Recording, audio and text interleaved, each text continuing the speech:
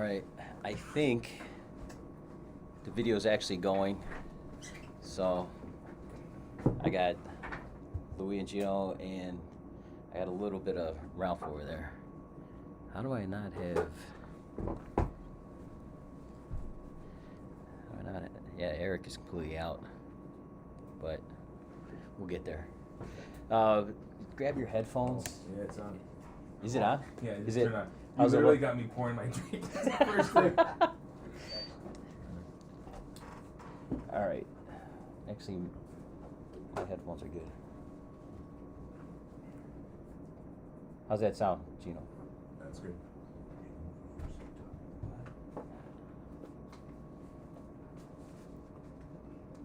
Eric, how's that sound in your ears? Yeah, it sounds real good. Josh, how you doing over there, buddy? It's good. It's pretty loud. Is it loud? You want? Oh yeah, it's real. How's that? That's better. Better, right there. Yeah.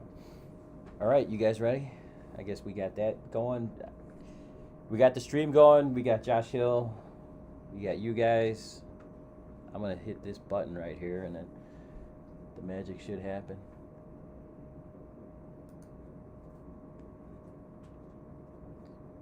All right, guys. Well, welcome to the studio, guys. I appreciate you bringing the whole. Is this the entire shift? No. No. No, there were two more Two more. that were there that day. Okay. So all of you guys were actually on duty the day we're gonna get into, right? Yes. And Gino, before we get too far into it, I'm actually gonna read the citation, because it will give us some context to the stories you guys are gonna tell. So I'm sure you guys probably have heard this a million times, but bear with me, all right?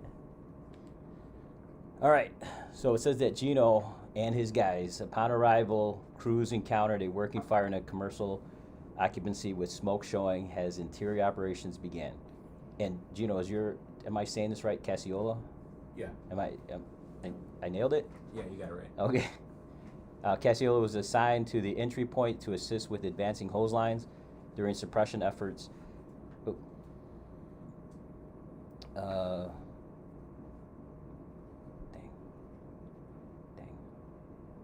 I hit a button. Sorry, guys. During suppression efforts, conditions. You look like my dad with the phone right now. I feel like it. Like this is the first time I'm taking these glasses for a ride too. So during suppression efforts, conditions rapidly deteriorated after fire extended into concealed void space above operating crews. Heavy fire, extreme heat, and zero visibility forced firefighters to the floor as they attempted to locate an exit. And evacuation was ordered. Upon the order to evacuate, Casciola maintained his position at the threshold of the structure where he was met with zero visibility conditions and extreme thermal stress. He initially facilitated the egress of 3 interior members who were disoriented. Oh, Jesus Christ. All right. I'm gonna leave that right here because I want to get the rest of the story from you guys and the crew. But that's the beginning of your citation. So now, when did this come in? When we're talking about that actual fire, was this overnight, during the day? It was in the morning. It was in the morning. So like What's first the morning? thing. So no, to give a little backstory and some context to the whole thing, that morning we had officer development training. So all crews, 2 engine companies and the ladder company had met at our Southside station. So we're all there with the chief, the deputy chief, and all the off-duty lieutenants were there. So at about 10:30, we get the call for the report of a structure fire. So we're all at the same place, all going at the same time, trying to beat each other out the door. Going there, we noticed in the notes it was our local smoke shop where we get cigars from that was on fire. In the notes, it said that there was some cardboard on fire next to the wood stove. So the store had removed all traditional heating elements from it, and they just burned wood in a wood stove. Hell yeah. Heat, Yeah. Right? They had the gas shut off to the building. So we're going there, and I remember reading the notes and thinking to my crew, I'm like, hey, this is probably just a pump can fire, right? As soon as we turned the corner from Addison Road to Lake Street, there was a heavy cloud of smoke covering the entire roadway. I'm like, no, we got a good worker here. So engine 71 pulled up front and turned the corner, took their own hydrant, and started stretching a pre-connect. The ladder took the front of the building, and then my engine 73, pulled past to the second hydrant, and then our crew went up to support engine 71. What kind of building is it? So it's actually an old Long John Silver's building that was converted into the smoke shop. So it's a rather small building. And for those listening, Long John Silver's used to be a fast food joint. Is it still around? I don't know. Very few of them. Are they still around? Very few. Yeah. Well, they're a sponsor, aren't they? They are now. Anyway, so it's an old line. So it's like a throwaway type. I mean, those were lightweight, basically. That's what we thought. Yeah. It turned out not to be. Oh, really? Really. Okay. The construction on the outside is all cinder block, and then they had a wood truss, and they had a half story up top that was all their storage. Okay. That's always great. Yeah. That's all. Nothing bad ever happens in that configuration. Right, or a wood stove for heating. I'm sure that's not, no one signed off on that one either. No, I don't think so. Right. Yeah. And no sprinklers. No sprinklers. No, Yeah. the building was So- protected.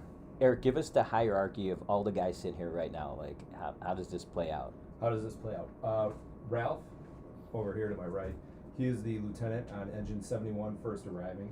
Louis was detailed to my engine during the meeting, so Louis was my back step. Gino was over on engine 71. Engine 71 is a fourth, and then I had a fourth guy, a second back step on my engine, and then each engine had their engineers who were busy with water supply. Who's got the most time here, and who's got the least amount of time here? Ralph has the most time, and I probably would have the least time. Okay. So is that why you were basically like what we would call in the city like the second up guy? Are you just feeding hose from where you're supposed to be? Yeah, we were actually heavy that day. Our minimums typically leave us at 3 on the engine, but we were heavy, and we had 4 on the engine that day. So I was just the 4th on the back step. So if a guy was not there that day, you wouldn't be at the front door. Correct. If I was off, it would have been a 3-man engine, and I would not have been there. Okay. But if you're short a guy on that day, does that position still Correct. get filled? Or? No. So we were heavy. There was actually nobody off that day. So we were at full staffing. So both engines had 4.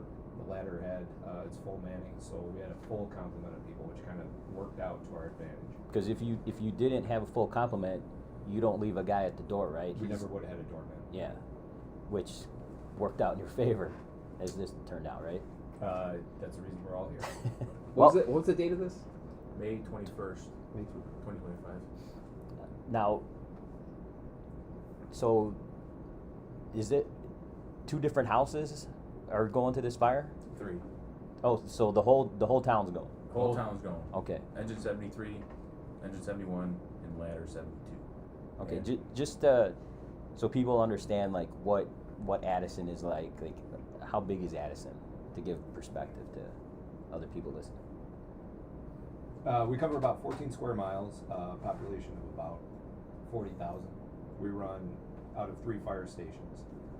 On all of our reported structure fires, we get auto aid coming in. So we had 2 more engines and another ladder and about a dozen more chiefs. And what's a typical day in Addison? Like how many runs do you guys do? I mean, I imagine the AMBO's running all the time, right? Yeah, they are. We're almost 6,000. 6,000 a year. Yeah. You guys are doing some work. Now, before this fire, when was the last time this shift had a fire?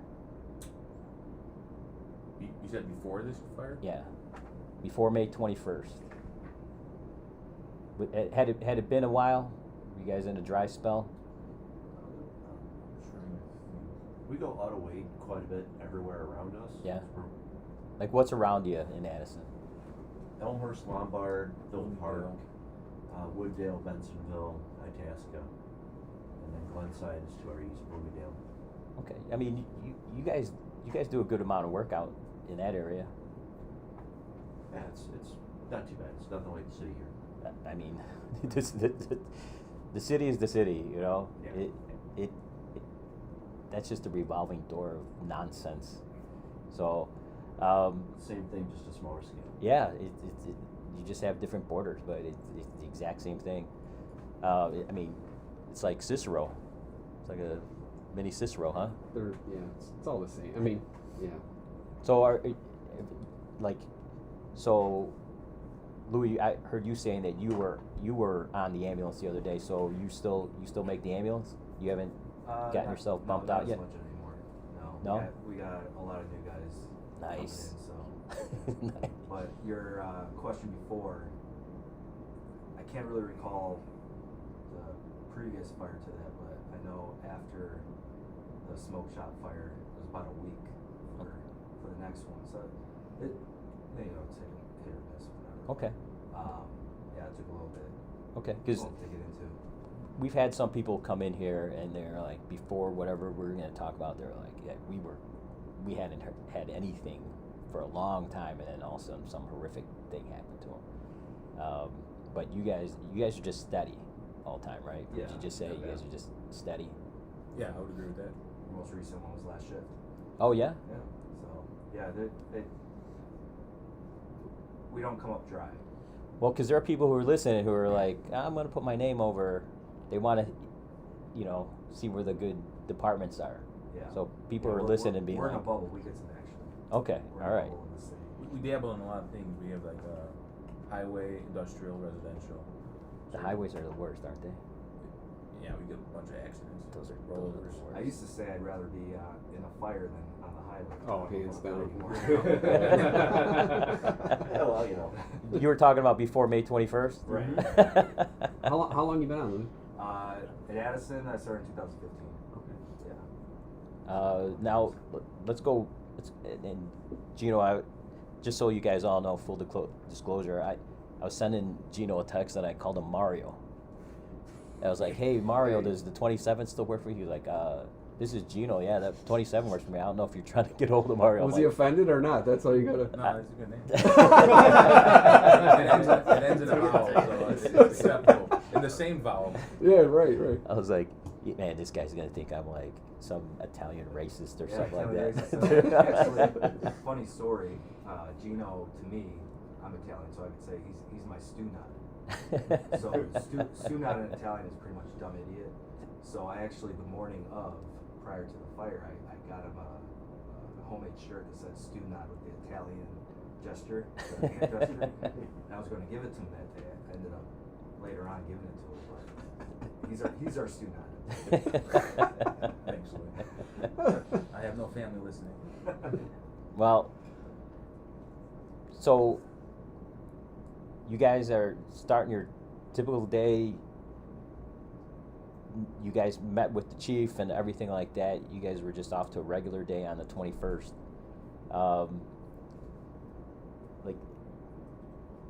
Then the alarm comes in as just a structure fire.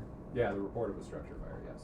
And so, have you guys been to this building before? Was it something like, oh, not this place again, or was this something new for you guys? No, they have no suppression system. They have no alarm system. It's our local smoke shop in town. So anytime we're You gonna guys go, are familiar because that's where you guys go, right? We go get cigars there, and then we'll go back and sit on the apron and smoke cigars. So we know the building. We've been in there a number of times. Well, I'm trying to establish your familiarity, if that's a word, Yes, to this building because it comes into play, right? very Yes. familiar with the building. Okay, so- one in the layout because it's a readily recognizable building, right? The old Long John Silver's. If you've ever seen one, you can't mistake it, right? The fast food chains all have their unique styles, and this one, you couldn't mistake it. You're like, oh, the smoke shop's an old Long John Silver's.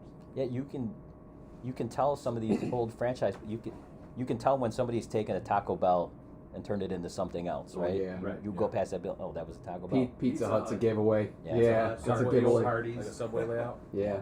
Yeah. So somebody just repurposed an old Long John Silver. Correct. And honestly, John, I don't know if there's. We there's gotta still around. find one. That's Yeah, because- important. In the Yeah. meantime, they burglar barred over all the windows on the outside except for the drive-through. Sheeted over everything on the outside except for one entry in the front, then one on the back.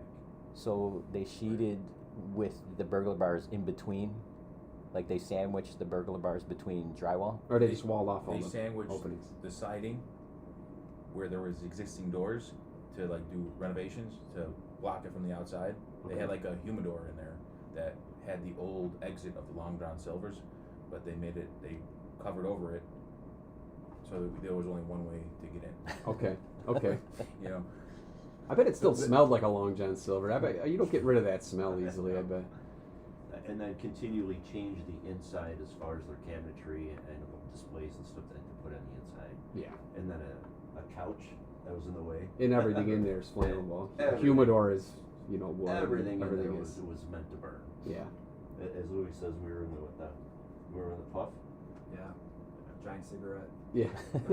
which is what it looked like Well- when we were turning the corner. Well, and it's small enough where it doesn't require a sprinkler system, right? Like square footage wise, it's how they got around it and everything else. Square footage and then just age it. The age of bill. Yeah. Okay.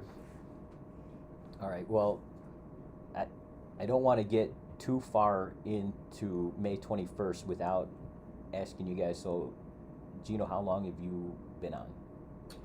full time, March 1st of 21. Okay. And what made you, like, what made you go down in, like, the fire service? Like, did you have family on the job? No family. First generation firefighter. I wanted something that was always different, something that was always new.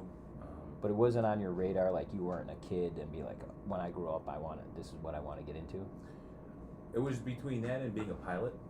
I did a flight lesson with a family friend, and it was awesome. It was a great experience, but I'm very fidgety, and I can't sit in one spot for too long. And I thought it was nice, like.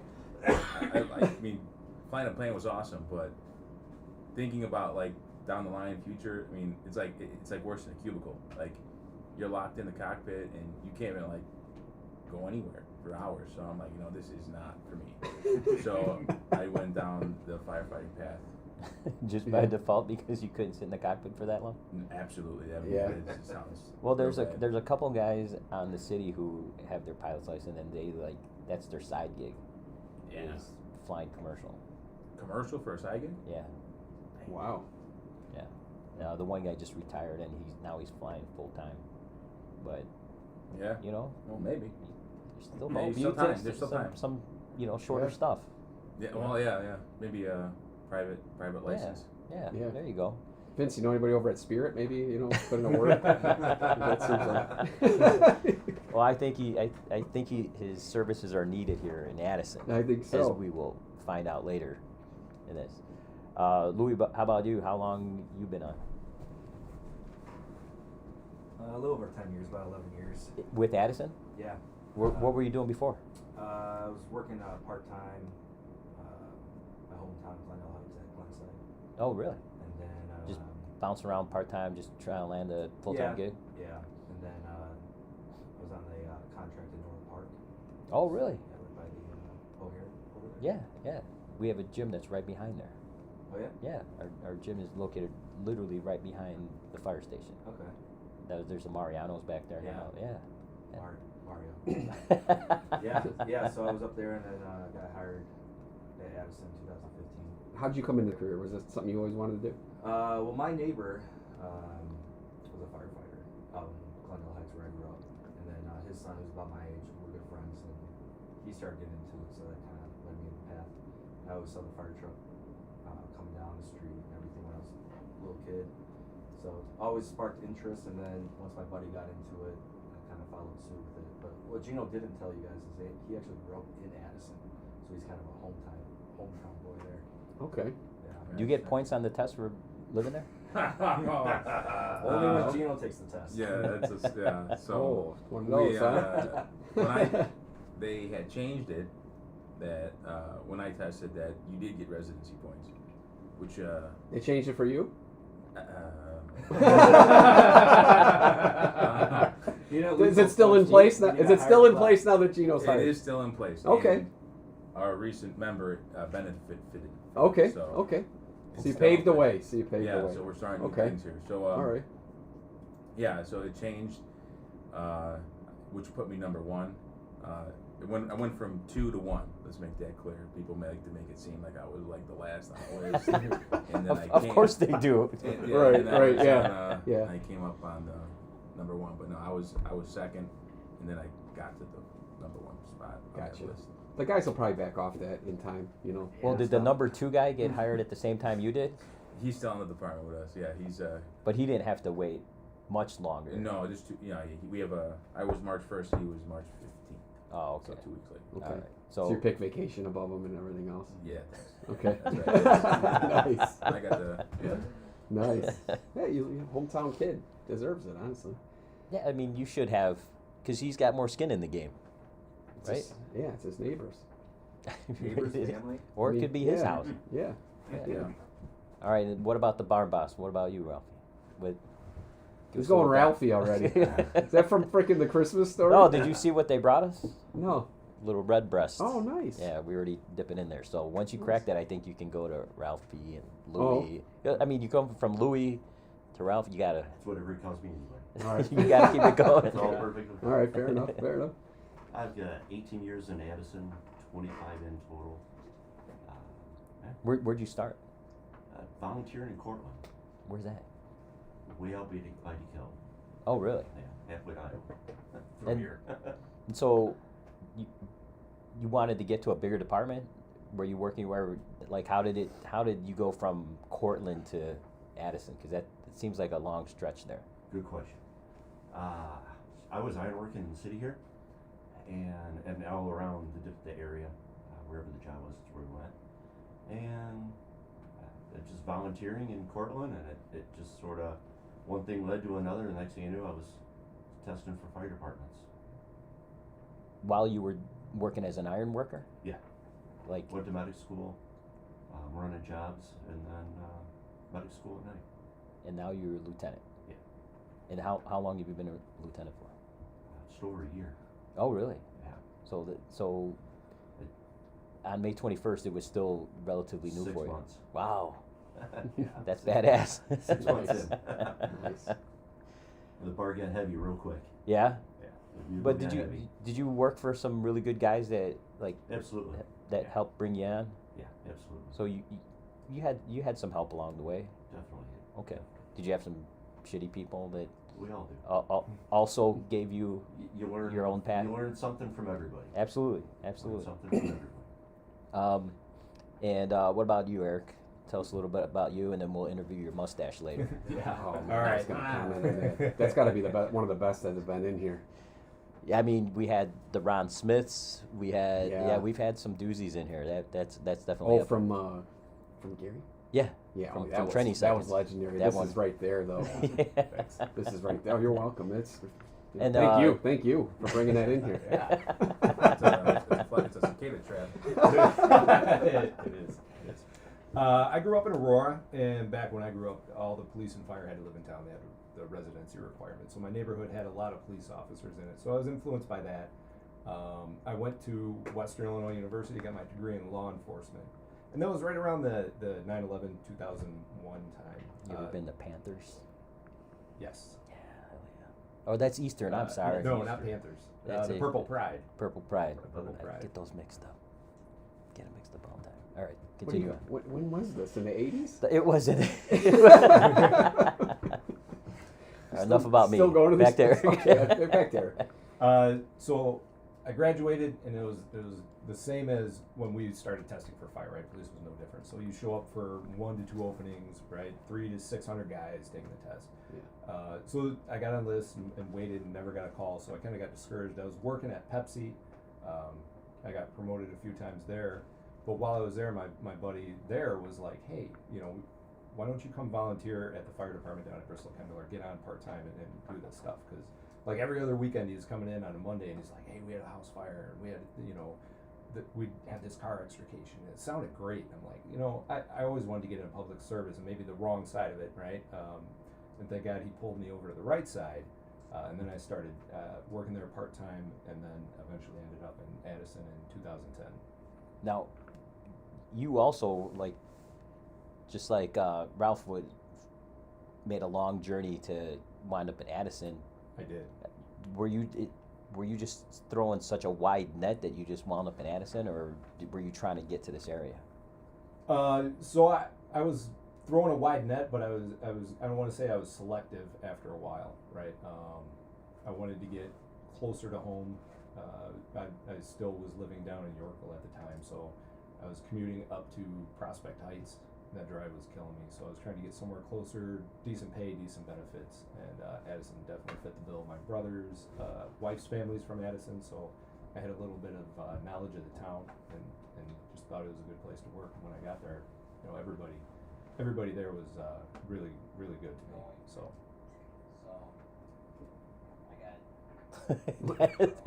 That's What is that? that's Gino, the you that's can't the watch YouTube. us live on YouTube, Can bro. you see why I call him student?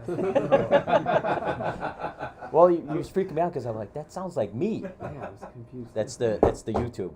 Louis, wait, what were you doing? But before Gino, you it's got in actually fire still department? going. Yeah, I think my family was saying that it was frozen. That's what I was. Oh. Oh, Yeah. what were you doing before At the the- fire We're department? the though? same Like place. what Before was your- Addison? Yeah, before the fire department in general. Before the fire department, shoot, I was a lifeguard. I was actually a shampoo boy at one point. He was a world traveler. A buffer? A shampoo boy and a Yeah, I was a lifeguard. shampoo boy. Yeah, my sister was worked in a salon. I was a shampoo boy. Okay. An actual Yeah. shampoo boy. Actual shampoo, like a Zohan. You know? Oh yeah. It's, Yeah? It's frozen. that was I brilliant. just reset it. It should be That going. was a good Oh. job. But Yeah. do you get tips as a shampoo Oh boy? yeah. Yeah? Yeah, you wear like an apron, and all the ladies just stuff your apron. Yeah? Hell yeah. Bills, 20s, 100s. And a lifeguard. You got too. 100? Oh, $100 for washing hair? There's a technique behind it. Look at that face. Yeah. How can you say I don't think you were just Thi- washing this hair. Was, this was a long time Louis. ago. I was a little bit better looking. No mustache either. Yeah, that's a nice stash too. Let's say, but it's not the. I mean, Right. Oh yeah, that, In If any it- other room, that's right. going to dominate. that thing grabbed my ass on the way in here. Well, look at that believe thing. it. I It believe it. extends so far off the side. You were lucky that's all the only thing it grabbed. Yeah. Look at that thing. That thing Yeah. is. It can't be regulation. Did they ever get on you about that? Oh, that's a They, sore they subject. do. Yeah? We finally won, but normally I have it curled and waxed. Okay. It's up pretty tight, but today's my Just day let off, it so I down just- after I just let hours. it go, Okay, yeah. good. After Good. hours. We like that you're comfortable in here. Let your mustache down and just tell stories. All right. Well, now that the mustache is down, let's revisit the 21st again, and then we'll get off track again. So you guys, you get toned out. You know exactly where this place is at. You turn the corner, and like Ralph said, like you guys could see, you guys are gonna go to work, right? When you turn that corner and you get a look at the building, like smoke is chugging out of this thing, right? Yeah, those are almost my exact words. As we turned that corner, I turned around and looked at the guys in the back, looked at Gino and Kono, and said, "Hey, we're going to work." Did you have a crew that you were like, oh, I'm gonna be good? Because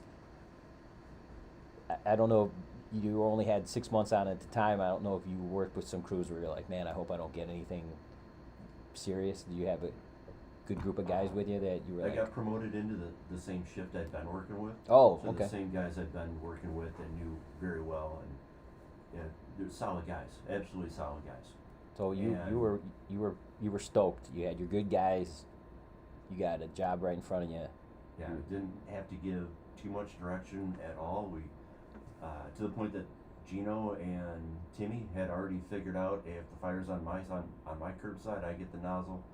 If it's on the other side, That's how you guys you're do it. helping hose. Well, it was So a that's how morning- they did it. It was a morning discussion, so Kono has seniority over me, and I'm like, hey man, how do you want to handle today? Because again, we typically don't have 4 guys on the Typically don't engine. have the 4 on. So I'm like, you want the knob? I'm like, tell me. Yeah, I'll give it to you if you want it. And he's like, whichever side the fire's on, that's who'll have it. So we had that cleared Really, in the morning of. there's a lot of places that's not a conversation. The senior guy is just like, why even Yeah, we're not talking? even talking about Yeah, this. This is why are we mine. having this conversation? Right. Yeah. I've heard it before, where a senior guy will give a guy a shot like that, like, "Hey, toss up, you got a chance at it." You know, I've Yeah, heard that so- before. That exact thing. So it just so happened, like he said, we turned the corner onto Lake. Ralphie said, let's go to work. And he's like, get ready to go to work. We were sitting reverse because we were in our quint, right? We were in the quint. Yeah, we're in the plan. And we were sitting. The jump seats were facing the rear, so I kind of like turned back, saw Lake Street covered in smoke, and I'm like fucking backing up in the thing. We made the turn onto was it Neva? Neva. We made the turn onto Neva, which put Kono on the knob. So on his side, so we already knew that he got it. I grabbed my tools, I masked up, and then by the time I got to the front door, they were masking up. Kono was like, flake out the rest of the line. Like, perfect. They started going interior, and I just kind of moved my way up right to that front door, and that's where I kind of stayed.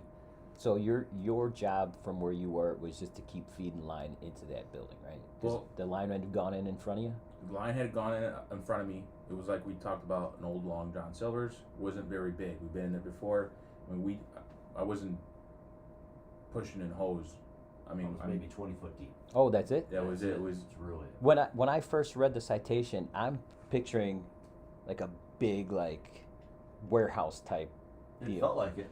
Yeah, I'm absolutely positive it must have felt like that when you guys are in there. But I'm reading the citation, going, man, this guy went half a mile into this building, and now that you guys, I'm like, okay, now I understand what was going on. Yeah. And on the way out, it felt like it. yeah, I bet. So you watched. Now, Ralph, did you go in with the guys in front? Yeah. So. You put Tim- him at the door. So Kono Pasic was the nozzle guy. Eric and I were at the front door. We both took a look. Made the decision. Hey, we got cold smoke coming out. We can see where we're going. This is where we're going. We're just gonna run the line in and open it up, hit the fire, and that's exactly what we did. We made the decision we're gonna go do this, and we did. So you guys were the first engine. What's the first truck doing? Did you guys even see the truck going? Yeah, we saw the truck. It was directly behind. It was right in front of the business. It was right on Lake It's Street. right on Lake Street. We had made the turn from Lake Street. The engine 71 made the turn onto Neva, so we were off of Lake Street, but the ladder took the front, which was on Lake Street. And now They were in setting up. Addison, does the truck just go right to the roof Yeah. for you Yeah, guys? That's what they did. Yeah. Okay. They take the front, go to roof. Okay, and then 70 was in front. You got the truck, and then you got 73. 73 is right behind. Yeah, engine 73. So we pulled past and secured a second hydrant. So I left my engineer with the engine. I grabbed both my back steps and I said, grab hooks. We're gonna go support the first engine, right? So we're gonna go in. I know the truck's setting up to go to the roof. We're gonna go inside and we're gonna move hose and we're gonna start pulling, sealing, and finding out whatever we need to find out in there. So And this wasn't a building where you guys would throw ladders from like your engine. no, we're not gonna. Not at all. No. On this building there was nothing. There's nothing to throw a ladder There to. was nothing to throw. It has a steeple on the top that the ladder kind of went up to and tried to vent up there. But no, we were going in just to support them and do a search. They had reported everyone out, but you know how those reports go, right? So we were coming in to support first engine and do a search. So you got your 3 apparatus that are going to work right now. At any point, does a boss show up and ruin the whole thing for you guys? He actually got there first, and he positioned behind the building, further north, up on Neva, further north of the engine. So he's got eyes on the back of the building, not the front. But like I said, we were at that meeting, so we had our chief, our fire chief, our deputy chief, all the off-duty battalion chiefs. Second battalion. Came there, so we had 2 battalion chiefs. And We were Did you chief guys heavy. go over, hey, if anything happens, this is how I want it to play out? On my crew, no. Well, I just knew that we were second engine, so we were water supply, and then we were going to support the first engine. Okay. It literally looked like a parade going to this. Yeah, Yeah. I mean, it was a race Yeah. out the door, right? It was like, come on, we got to go.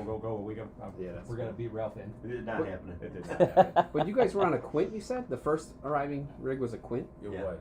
Okay. It was 75-foot stick on it. Oh, sorry. You call it an engine. They call it engine It 70. was Yeah, we running call as it an an engine. Okay. So, but they don't use the aerial on it, or they do? Not. If we that's need not. it. Okay. Well, because you guys had a truck behind you, right? Right. So Right. Yes. Okay. What's the truck? The other truck is it straight 100 stick or is 100 foot. it straight Yeah, stick? 107 Yeah. foot straight. Straight stick. Okay. That's ladder 72. All right. The Quints at the time, I believe, were running as engines. Right. Okay. Because we were getting engines, they just had it All right. And Louis, you're on the second engine. You're okay. Yeah, Louis was with me. He was Okay. doing my back steps. Okay. So you got 2 heavy engines, 2 4-man engines. Yeah. And how many are on the truck? 3. 3 on the truck. Oh, Yeah, nice. two And then who back else to is back coming now. in on the still?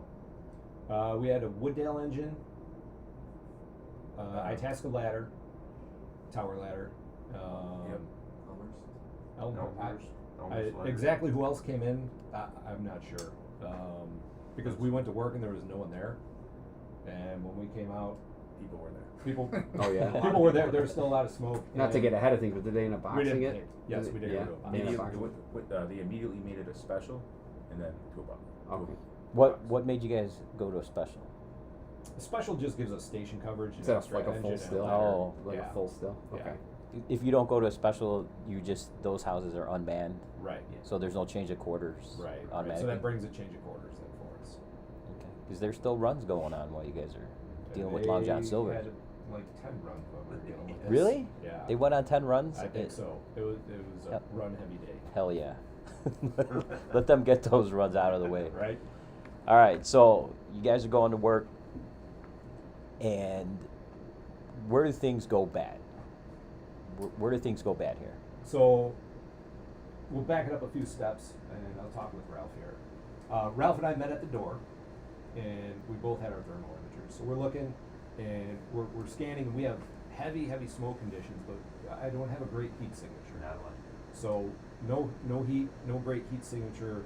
We took a few steps in, and I had the guys I had Louis and everybody start checking the ceiling above us, right? So we're probing above to make sure the fire is not above us because we don't Is have it a lights out great- like right when you walk in? It was lights out right when you walked in, 100%.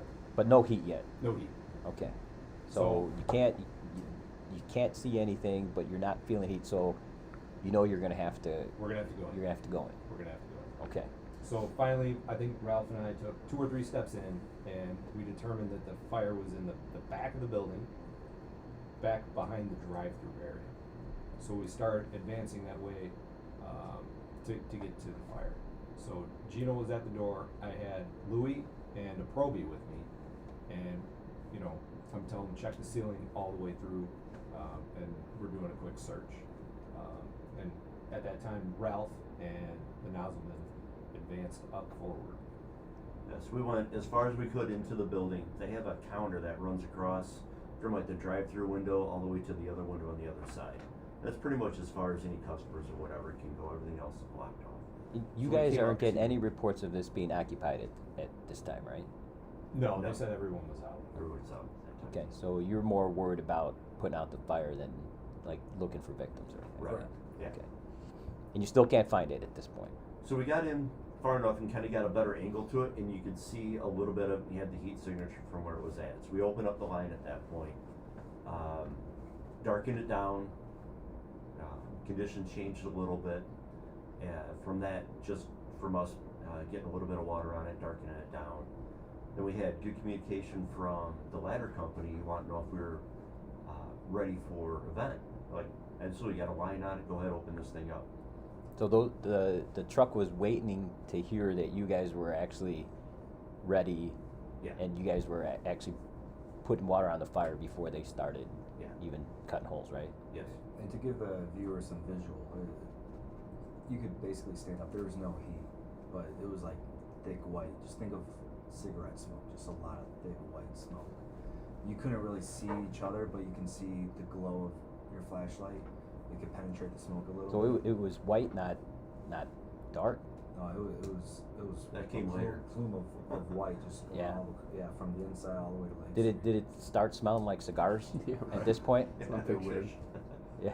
So there's an immediate care center that's directly across the street from the smoke shop that they actually had to shut down because the smoke was getting pushed into their building, and they couldn't operate anymore to give some more visual. Was that just a building, like the smoke from the building Yeah, And well, because of the fire load that they had in there, it was hundreds. from all that shit up in the Yeah, storage space, yeah, right? Cartons of cigarettes, yeah. Oh, really? Tobacco, yeah. butane lighters, Oh shit. yeah, it All was the just, vape pens, everything. Everything was stored. So all the above contents the were, shore. it was all the contents were burning at this point? Everything. Yeah. Everything above us. Okay. Okay. And we couldn't tell. We were trying to get, visual of what was above us, and we couldn't penetrate it at all. Oh, this upper storage room was Yeah. was burning. Right, there was a Oh, drop okay. ceiling, right? And Okay. we could pull Yeah. through the drop ceiling, but then they decked over that Yeah. whole half floor to make it storage. Okay. So it's solid decking. So Louis is reporting back, hey, I'm hitting something really hard. I'm not getting through when he's trying to check, and there's nothing above us, just hard decking. Okay. That was the old roof, and they built like a storage, like a half. No, so there was like a half story up there. So they took the attic space and, Okay. and cleared it out and just decked over it. Okay. It almost looks like a Cape Cod. Okay. Yeah, it's very. Okay. It looks pretty similar to a Cape Cod. So it's not a full story. It's like a Correct. it's like a loft Yeah, type like, of like a thing. half story. Okay. Yeah. Fair enough. All right. And then was the flue from the wood stove ignited stuff up top? Is that what it? How it? So the reports initially were that the cardboard was on fire. Cardboard was laid up against the wood burning stove. Okay. So that's what Is that initially- frowned upon? Just for the listeners that maybe aren't in I the would fire. say- I would say yes, that would be. Definitely not advised. Okay. That's what initially got the place going. Okay. Was cardboard against At the wood at the burning first stove. floor or on the On the first floor. Okay. Okay. So at the first floor where the cardboard was stashed in between the wood stove and the wall, that wall was all exposed, which we found out later was all exposed, open stud, all the way into the attic. Okay. And then that there was no fire break, Off to the nothing from where it was. It was Off just to the literally races. up the wall and then through the attic and off to the races. Okay. Exactly. Okay. It's good for our non-fire listeners to learn a little bit about safety. Like, don't store cardboard next to your wood stove. Right. And don't smoke. Yeah, that too. There you go. Well, I mean, we're trying to appeal to somebody who listens to this podcast, and B, somebody who's got a wood burning stove that they're still, Right. for those. That's a big part of the demographic, I think, is a wood burning stove. They are awesome. Demographic. He's right. Yeah. So that half story or that attic storage space, they had every time they get a shipment and their extra cartons of cigarettes were put up there. Okay. So there was a little really steep staircase up there. So it was packed so much so that when they finally opened the roof, directly below the joist was cartons of cigarettes packed in so tight they started throwing them out, Right up to the out bottom of the of that vent hole, cut. right? Oh, they out were of- pulling them out of the vent. They were hole. pulling them out of the vent hole and throwing them out. Oh, wow. So Okay. imagine a carton of cigarettes. I don't know how many cartons come in a box, but it was boxes with cartons with packs, Yeah. right? And that was the whole Filled. upstairs. There was also a full pallet that they had just recently gotten of loose leaf pipe tobacco next to the counter where we were initiating that fire attack. And then behind the wall was all of their zips, their butane cartridges, all of their e-cigarettes. So we had a large butane load. Were things directly like behind the popping as you guys were in that Yes. building? The popping is an understatement. it got to that point. It was- we haven't gotten that far in the story. yet. Okay, Yes. all right. It I don't was- want to it get was ahead of loud. ourselves. It was very loud. So you finally you get to the seat of fire. You realize what was going on upstairs, and you guys know that this thing, like, potentially could just go, and you guys are never going to be able to deal with this, right? Well, we're okay. We didn't know that. Not at all. The ladder had said, "Are you guys ready for vent?" So I asked Ralph, "Are we ready?" He said, "Yeah, we have water on the fire." So I called to outside and said, "Vent." So they started taking windows on the outside, and they were working on the burglar bars. On the first floor, they were taking out windows. Yeah, so they did horizontal vent first. Okay. So we have windows on the what would be the delta side of the building. They vented those first. There was a back door that we didn't know was open, a man door, and as soon as they vented that, and these windows were behind the case, so we couldn't get to them. There was a glass case, and then there was a walkway behind that on both sides with the windows. So it's back by the drive-through areas where we're trying to put out the fire. They start venting the windows, and that's when things started to change. So as soon as they vented, I ran back up to the front door when I was checking, and I ran into Gino. And I'm like, who are you? Who is this? Because he couldn't see anything at that time. He's like, "It's me, Gino." I'm like, "Well, what are you doing?" He's like, "I'm the door guy." I'm like, "All right, go back to the door." So Gino went back to the door, and I went back I was at towards the door. your- You came up to me at the door, and I initially didn't even know it was you. I thought it was. Yeah, you I thought it me. was Ralphie, and I'm like, all right, yeah, that's what you told me to do. So that's what I was like. I'm just doing what you told me. You're like, cause you said when you went interior, you're like, stay at the door. And then you come back, you're like, stay at the door. I'm like, that's what you said 10 minutes ago. But it was I couldn't see anything. So I'm like, that's why I was confused with that. But it was him coming back. He's like, hey. Did you not know where you were at that point? Because you weren't expecting to run into him. No, but I you knew he was at the door. Right. I was just going back around trying to find a window, right? Because I knew they were venting, and you couldn't see anything in there. So I was trying to find my crew, trying to find a window to see if they had vented it, and I ran into Gino, and that's when we had our little conversation. Because there. they're still working on the Get burglar back bars. to the door. They're still Yeah, working they're on still burglar working. bars. They haven't. Because they're they not even finally horizontal. ran into him, huh? Yeah. Because they weren't expecting to run into him because they were hidden, right? The burglar bars? Oh, they were exposed on the outside. Oh, Yeah. okay. But you couldn't see him from the inside because they just sheeted over him, right? Okay. I thought they, like, hid the burglar bars. Oh, no, those were exposed from the outside. You could Okay. see them, so they went to work on those right away. Then taking the windows, opening the windows up as well. And during this time, the line's hitting the seat of the fire. Yeah, we've got a line on the fire. So we thought. So we thought. So we Yeah, thought. so we thought. Okay. And we didn't know it had already communicated up the back wall and was running free Above up the top house. above us. Okay. On So you got CC's basically where it through. started in the initial area, but it's Yeah. already well. But it's beyond. already well involved. It was a rapid change as soon as they called for that horizontal ventilation. Yeah. From the door, it was like a chimney. I mean, the heat and the smoke changed. Where did they vent first then? It was on the A side? Because you're no, it was not. because you're on the A side at so the door. it was a bay glass window, right? Think of old Long John Silver's, Yeah. right? So you can see into the building. It was like a glass that had not self-vented yet. It was still intact glass, Okay. but they were Delta side Okay. chart. Delta, Bravo, Delta. They were Delta side and Delta. they vented 2 windows. 2 windows. Okay. It was not on the Alpha side. So Here's them the- venting, they made things worse for you guys inside? Oh, immediate. Oh, really? Yeah, it was rapid, explosive rapid change. So if you had to do it all over again, you would tell those guys to not vent. Yeah. So the fire that we were initially putting out, that they were, we were in between the vented window and the fire. So as soon as you heard that glass break, it was like a. So you're in between the way out for the fire. Right. Yeah. Yeah. So immediately that white smoke that you saw, that you were standing up, the flashlights penetrating, it's just like within like a second or two, it's just like black. Yeah, immediately turned like black Heat. velvet. Yeah. Heat. It's like you So wrap it got yourself the in air. black velvet. It's You can't lacking see air. anything. Yeah. So it was And it kept comfortable, getting hotter and then it got real shitty, huh? Yeah. Yeah, we were all standing working. Yeah. I mean, we had no problem standing up. And we all knew our orientation. Like we said, we've been there plenty of times. We knew our orientation. So Okay. then it went black. All right, and the guys on the roof, were they trying to open up the roof though? But because the way that they made that storage, they're not going to vent anything through the roof, right? There's no their vertical saws, ventilation. They were having trouble. Yeah. They were having trouble, so they were using the gas saws, and the amount of smoke choked out the gas saws, so they just went back to just axes Going and old balls, school, huh? old school. Hell yeah. Open it up. It Nice. got bad enough that those guys got choked out. They couldn't see what they were doing, so they ended up. Now, does Addison wear back their tanks to the roof? Yeah, They do? Is that pretty much your area most? pretty much. Yeah. Yeah.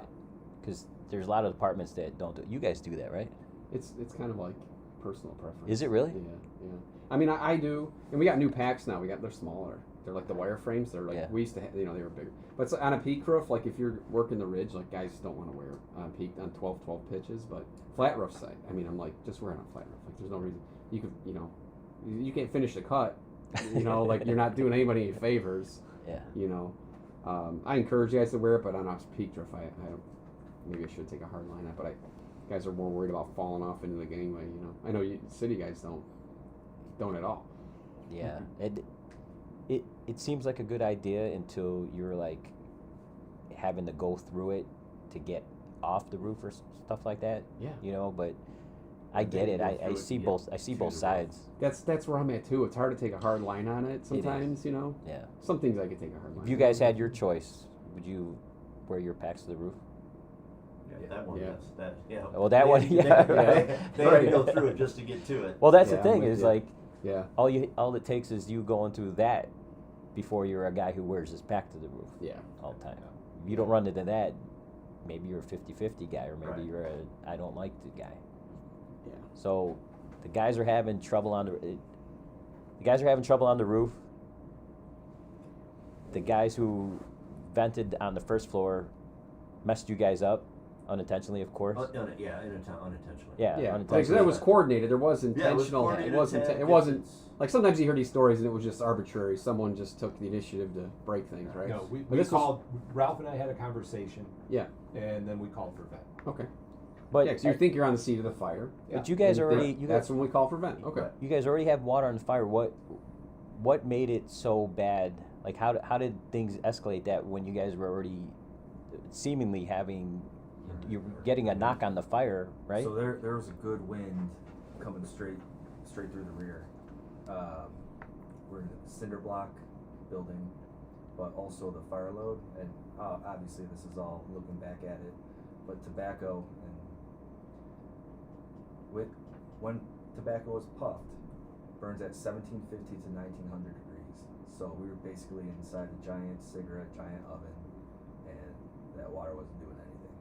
You guys couldn't knock that with you had one line in there? Yeah, we had one line at that time, and a second line to the door as a backup, but. Yeah.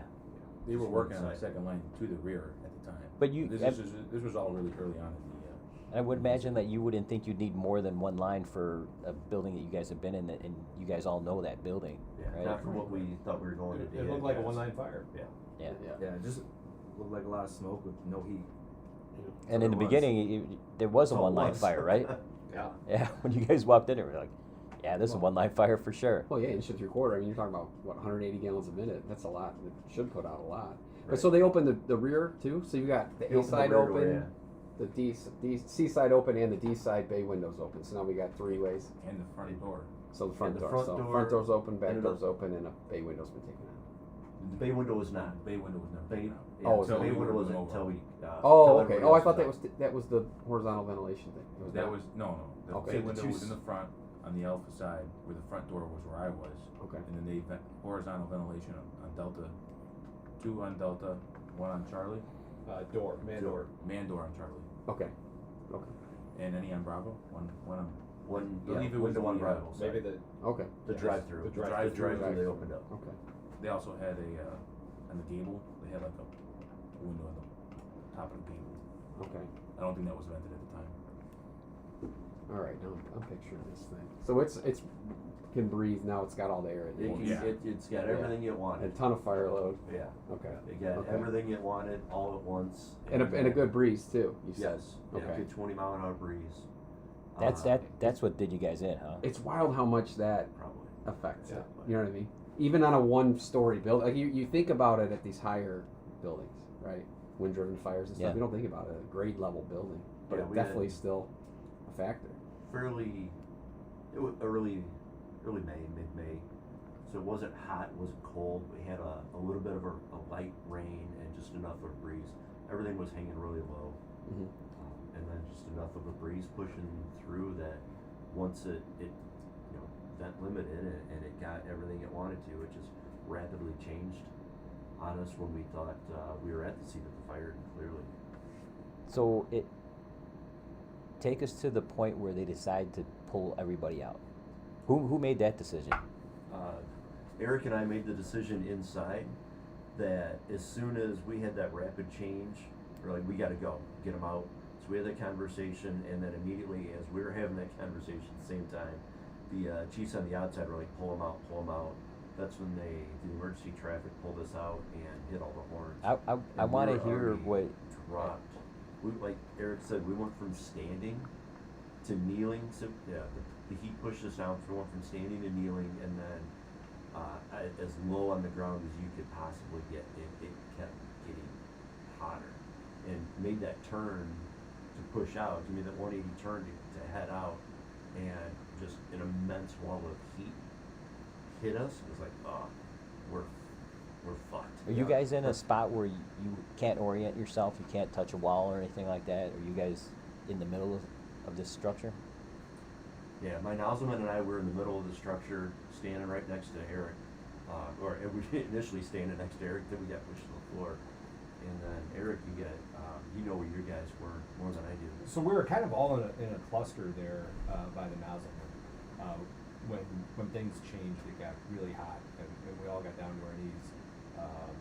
We were all within probably arms. We were probably all within arm's reach because I had just gone back and seen Gino when that vent occurred, right? So I followed the hose line to get back in. So when we got back up there, I ended up, when it pushed us down, on top of the hose line. So after Ralph and I were like, "It's hot, let's go," that was the whole conversation. So I started grabbing guys by the shoulder. I said, "Here's the hose line, go that way. Here's the hose line, go that way. Here's the hose line, go that way." So I counted 3. I grabbed number 4. I said, "Here's the hose line, go that way." And it's me, Ralph. I'm going last. I said, "Well, it's your fire. You go last." So I follow the hose line out, and as I'm following the line, all of a sudden somebody grabs both my shoulder straps and throws me out of the building. And then I get outside, and I still can't find my crew because there's so much smoke. So you didn't know it was your guys that you were putting on the hose line? I knew that it was my guys, but once I got out of the building, I couldn't locate anyone else to see who else was out because there was still so much smoke. We had to go all the way out to the street. Who was it that and grabbed get you? in the street. That was Gino. okay. So that was one of the people that. That was the doorman. Who- So we made it close enough to the door that he was just in there pulling people out. Yeah, so when they talked about exiting, they had that communication. It was right at the same time as command ordered the evacuation. So the order to evacuate was called. They were coming out already, so I was kind of looking for them. I was kind of trying to get as low as possible at the door, and I kind of saw the chevron of their coats, and that's when I wasn't that far in. I was in the building, but my feet were at the threshold of the door where I knew exactly where I was. So as soon as I saw these guys, like I said, grabbed them by the shoulders and I just kind of yanked them out. Just kind of guided them out. So when I get to the curb, I find the nozzleman and my probie. And I asked them where the other guys were. Right. So people came out. The first group was Eric, the nozzleman, and then the probie. So, which immediately I knew that companies now have been split. Interior, like they didn't go together. They went in together. Now they're coming out mixed. So now you have a suspicion that you could be missing guys, right? Well, I knew. 'Cause you guys aren't par right now, right? Correct. No, Yeah, we no, are not. I knew right away that they were not out. So I ran right back up to the door. We did a face to face. He's like, Ralph and Louie are still inside, and I'm like, fuck. Because at this time, conditions have changed. It's no longer light smoke. It's dark, black, turbulent smoke. Like you're just sitting in a chimney. Correct. I mean, it was just blowing right at the front door. So why were you guys still in there? Didn't know where out was. You were actively trying to get out? Oh, absolutely, yeah. Okay. Were you in the same boat? Actively trying to get out and make sure 'Cause everybody. the guy with the line went out ahead of you, so you. Yeah, he had the nozzle. He turned around and headed. Did he leave the line in there, or did he? He took the nozzle with him. Oh, really? He took the nozzle with him. So. So you guys legitimately were fucked. Because you didn't have the line. Well, I believe he started taking the line with him from where he was trying to fight the fire, and then left then it dropped in it. there. Oh, he dropped didn't Yeah, bring it out. He didn't take the whole nozzle of the line out completely. No, Yeah. he turned with it and then dropped it, like Louis said. And, Oh, so and that's how you guys lost the line. Yeah. Okay. Okay. And I was, like Eric said, I was last guy in. I was like, make sure everybody get out, go, go, go. And then Did you know Louis was with you? I did not. Oh, so you both were on your own at this point. Lou was over a little bit further to, what I believe was my left, which was the east side of the building, and working his way out. So he had a pike pole he was popping ceiling as he went in, And then as I don't know how or why, I knew the door was over there and that's where I had to go, but I kept running into shit as I was trying to get out. And then I felt somebody come across in front of me and grab and push, kind of redirect and push back, and then he was gone. Oh, shit. Where the hell did he go? So- and then a moment later, Gino grabbed me. I had no idea who, just arms reach in and he grabbed. It was so dark. He's at the door and it was so dark you couldn't even see light from the door. I had no idea. You were just feet away from the door at this point. At that time, I was just feet away from the But door. you might as well been in the center of this whole building. It felt like I crawled probably about 3-4 blocks. Yeah. At about 20 feet. But the guy you ran into presumably was Louis. Was Louis, Who you yeah. ran into, and you're both trying to find your way out. It was Yeah. Eric's mustache grabbing his ass. I love that. Right when you're getting into something, and like a guy like inserts something like that. Yeah, when stuff's getting real serious. Well, Okay. So what about the line? So the line is not even in a point of reference anymore, right? That wasn't in a point of reference. Water was not being flowed. Right. I assume that, but it wasn't there even to orient yourself. You couldn't even. It Right. was in the building still. Yeah. But you guys had no idea where it went. I eventually found it. And that Didn't help out much. really? Yeah. So when the conditions went really shitty, and now you're seemingly alone, are you like, have you started to hit panic mode yet? No, not yet. And are you trying to find a wall? Are you trying to find anything to orient yourself? So the glass broke, changed instantly. I still had my orientation of where I was because I've been there plenty of times. But if you can imagine, you walk in this building, you have like almost like a makeshift aisle. You got like the ATM, then like the lotto machine right at the entrance. So you have to walk past that. Then you got like a sitting area where you can smoke your hookah or cigars or whatever it may be. And it's got tables and chairs and long couches and everything like that. Then you have display cases throughout. So you have, the vape pens, the butane, little cartridges, and everything and then just everything's kind of blocked off by long display countertops throughout. You just keep running into that. That's probably what you kept running I kept into running too, into right? shit. It's like every time I tried to move forward, I was hitting something else. Yeah. And all kinds of the butane torches, the gas. Here, before the we cylinders and go on, I see a bunch of empty glasses here. So let's address that before we go further on, because you guys are stressing me out already. You guys, I'm far removed from this story, and you guys are. Are you on break? No, we're gonna keep going, but I think we're gonna need some more go juice for the rest of the story.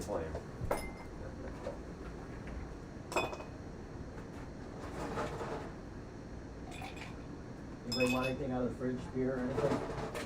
One rice, good one.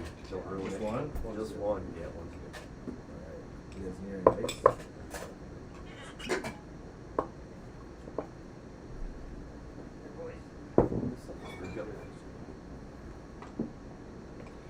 This stuff is so good. Say one. Thank you. Yeah, I'll do this one. Which one you want? What do you got in your hand? See, Josh, you gotta drink more. Oh, you gotta try Doing this, that Josh. 75 hard. Did I tell you that? No. Oh boy. Oh yeah. You know, there's a better one for firefighters, right? It's called 75 soft. Really? Yes. Oh, I'm It interested. fits our schedule better. I'm interested. It still allows you to drink. Call those Oh, ice. really? Still do everything else. Okay. You just don't do the 2 workouts while you're on shift. You do your cardio while you're on shift. You do your weights and cardio while you're off shift. But otherwise, it's meant to build consistency. I like Yeah. Ralph's. I Continually like Ralph's reset program. yourself Well, 'cause you can still drink it. everything's Well, getting yeah. beat up.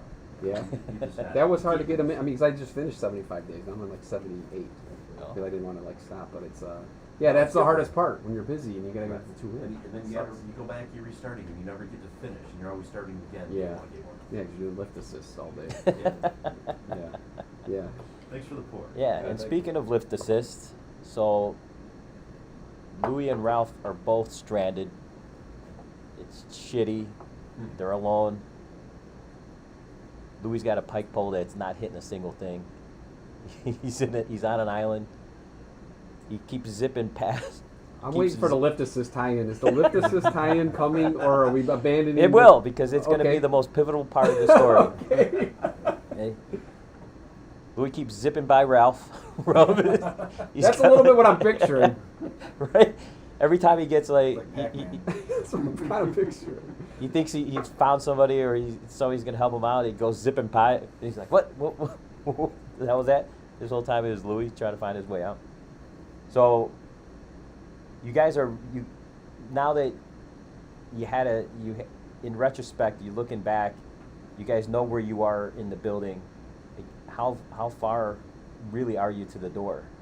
Because you guys can't be that far from the door, right? Where you guys were completely stranded. Yeah, I'm thinking maybe I was maybe 20 feet away from the door. 20 feet? No Yeah. shit. And you know what, like, we had Ron Smith in here, speaking of mustaches, and he was feet away from the door too. He wound up underneath the table, and he just kind of just was content with just saying, he was told himself, I'm just gonna die here. And then, something changed, and he went for one last, push to get himself out, and he winds up being 10 feet away from the door. And you guys are 20 feet, and that's how shitty it is in there. Yeah, you guys can't, doors right there, you guys can't even see the daylight coming out, because we're still in the morning, right? Yeah. Yeah. So, Yeah. like, Still 10 11:30 o'clock or hour. something, so you guys should, in theory, be able to see from that distance your way out, even if especially if you're down on the ground at that point. Damn near army crawling. Yeah. So So when the windows broke, I still had my orientation in the building, and you could see the fire starting rolling from the corner where they were trying to hit it, and it was rolling real quick. But I was right next to some display case, and I had like all those butane cartridges, and those were just going off, just exploding. It was like and you said that exploding was an understatement. So what was it like? popping was an understatement. Yeah, They were there was like gunshots like right next to you, and you couldn't really hear anything. I mean, you could hear the radio traffic for like them to sound the horns. You could not hear the horns from the inside. You couldn't hear any of that. You could not hear it. No, No. So much noise on the inside with everything going on. Shells falling. Yeah, I was like in the threshold of the door, so I was hearing everything outside and everything inside. So for me, I couldn't hear. It was just a scene. I couldn't hear nothing. No radio traffic, nothing. Yeah, Gino later said he was at the door, he was slamming the tool on the ground and yelling for us, and we couldn't hear. I had my Halligan, and Louis mentioned the ATM that was next to the door. I was whacking it as hard as I could, and I mean, I was right next to it. I couldn't even hear the echo. Oh shit. I mean, I was screaming, and I knew that, like, it's kind of weird. It's like I knew my voice wasn't being heard. Like, I'm like, it was just no use. Because the smoke was so thick, huh? It was just insulating everything. The smoke was so thick. The air horns were being blared. The butane cans were going off. The glass shelves from their stock, or like their hookah things, they were crashing. The display cases they were falling onto the glass. I mean, it was just Yeah. so many things. Everything was. Did just you guys collapsing. realize at some point that was just Louis trying to find his way out, just taking that pipe pole? It probably was. Just swinging that hand, swinging It's the like a pipe bowl around. in a china Yeah. shop. Just yeah. Because that's what I'd be doing. I'd be swinging for the fences, trying to fucking find any way to get out. Yep. So yeah, all that noise was just Louis and a pike pole. That's all it took. Yeah, hell yeah. And then so you got ordered to evacuate, right? And these guys are still in there. So we ordered. Yeah. The funny story about Gino being told to evacuate. Yeah. They turned around I have and a- told one of the chiefs to pound sand. I have a Get long guys inside. history of not listening. You can even ask my wife. I don't listen very well. The order to evacuate was called over the radios multiple times, and then the deputy chief was on scene, face to face with me, telling me to evacuate the building. Did you tell him at that point you still have guys inside? Yes. And he still told you to. No. At that moment, he did not know that guys were still inside. So he asked me, who's still inside? And I said, everyone. Because this was before the three guys, the first group came out. Okay, so before, even when Eric was, before he came out, that's when they told you guys to evacuate? Like I said, they were saying it was like the same time the order to evacuate was called from command that they were working to get out. So he said, get everybody out, who's in there, and you said everybody, and then Yeah. what does he say, what does he tell you after that? I don't remember. But he wasn't, his thought wasn't to make sure these guys get out. I don't know. He didn't think that he didn't think there were guys inside. Okay. He just didn't, He didn't. he didn't know. He didn't know. He didn't know. Yeah, Okay. He didn't know we were still inside. But you're the guy at the door. So I If had- I anybody had- would know, it'd be you. I had accountability. I knew who was in there. I knew there were 5 guys in, and I knew there were Addison guys. So I knew that who was in there, because 2 of them came off the rig that I was on, and then I knew when those 3 guys, because I was like crouched at the door. They're like, hey, move along to the side. We're going in. So then I knew who they were. I knew it was Eric, Louis, and then Pat. So I knew who was inside. So when they came out mismatched, I'm like, oh fuck. Was there any thought, is eventually somebody has writ, right? Was there any thought in retrospect, because I know you guys wouldn't have it, but in retrospect for them to send the writ team in after you? It was so early on, I don't think RIT was there or established. Because it would be one of your mutual aid guys, right? Correct, yeah. So this all happened, like from start to finish, how long would you say this thing had played out? 5, 10 minutes. No at shit. Absolute most, yeah. I would Absolute most. Because we've been talking about it for an hour. Right. Yeah, and this was. So I don't think it paints the Aggressive- picture for everybody No, who's the listening. aggressive attack, we went in, from the time that we got there to the time that we were out, I used not even a half bottle, No shit. even crawling and, talking Yeah. to myself and apparently on the radio too. mutual aid companies weren't even on the scene yet. No shit. It was So quick. it was very a quick. rapid change. Okay. And they were due on the still. They were due when it was dispatched. They were Yeah, dispatched when you guys were dispatched. Yes, And absolutely. they still weren't even there yet. Right. Okay. Yeah, this was very early on into this. Okay. Okay. So 5 minutes in, it's already to the point where you got guys lost inside. Correct. So Eric and his guys come out. You still have 2 in there. Well, not all of his guys were not all out. He's one of your guys. He was one of the guys. Yeah, okay. 3 guys came out. One of them was not his guys. It was But My guy. three His out of guys. 3 out of the 5 that went in, right? correct. Yeah. 3 came out first. 3 then- came out in a row, right? And then I met the other 2 on the street, and then went back up and met with Gino. But the fact that you guys were all mismatched is what gave him the suspicion that you were still short Who's guys. lost. Yeah. Not only that, I knew that something was not good on me. Like it wasn't. I mean, obviously I saw the conditions change, but like I knew that they were disoriented because the companies were not par. Yeah. Like he came out with an engine 71 guy and one engine 73 guy and himself. So at what point do you make the decision to go in and try to find these guys? Because you really are risking you getting lost in there too, right? Because the line's out.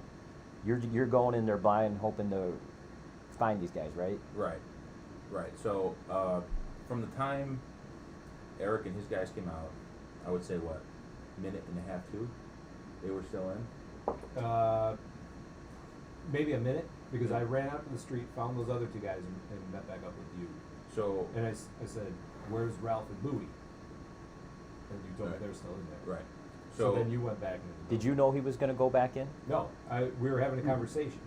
I'm like, "Where are these guys? Did they come out?" Because it was the smoke was so thick, even outside of the building. It pushed down to street level. You could see nothing. So I went back up, had a face to face with Gino, and he's like, "They're still in there." And then he disappears. Now, if you would have had the chance to have a conversation with him, what would you have told him? Would you have been like, go in there and get him? No, I would have went as a plan with him. right? Not to go alone. We shouldn't really operate on our own. That's all of our training. So had I known he was just going to dart off into the smoke, I would have went with him. But all of a sudden he's gone, and he comes back. What I felt was instantaneously with Ralph, and he throws Ralph out the door, and Ralph came out crawling, smoldering. Were you Ralph really was- feeling that heat, Ralph? Ralph when was you- off It was hot gassing as hell. Yeah. when he came out. So, I kept wiping my mask with the back of my hand because I couldn't see anything. I said, "What the hell? I can't see." Even when I wipe it, I can't see. I can normally yeah. see, and I get out. It was just because the heat had just completely destroyed the lens of my mask. It was just I couldn't see out of it. No, it was that Wow. hot. No. Holy shit. Wow. So, but you still hadn't hit panic mode when you were being pulled out. You hadn't hit panic mode yet. You I'd thought- say I probably hit panic mode because I keep my radio right in between the two top buttons on my gear, and I kept, no matter how low I got, my chin felt like it was on fire, and I was talking to myself on the way out apparently, and You were keyed up? I was keyed up, and I said, I'm not fucking getting out of here. No shit. And That apparently came over my the radio. engineer heard it, and the BC heard it, and it kind of changed things, tones on the outside a little bit. So you're the first one that Gino grabbed. So you were still. He was the fourth. I was fourth. Oh, really? First one of the two. That Of the- were in there. Of the last two. Okay, so of you two, Yeah. he finds you first, right? Yes. Yes. Oh no, I thought you found you first. No. No. That's No. crazy. Like Yeah. it even you just- guys sit it here was right so now, shitty, like we yeah. Still don't know. That's who how. came That's out how with that. If there's any proof that it was that shitty, you guys are here today with each other, and you thought that it was still him that came out first. Yeah. That's crazy. So he grabs you when Gino grabbed you and was pulling you out, were you like, thank God? Or were you still like, what the fuck is going on still? I got out. They stood up, and Eric talked to me first. And he's like, "How are you doing?" It's like, "I'm fine. Where the fuck is everybody?" And at that time, it's like, "What do you mean you're fine? You're smoking." Like, "I'm fine. Where is everybody?" And I heard a pass device go off. Like, "Oh fuck, somebody's still inside."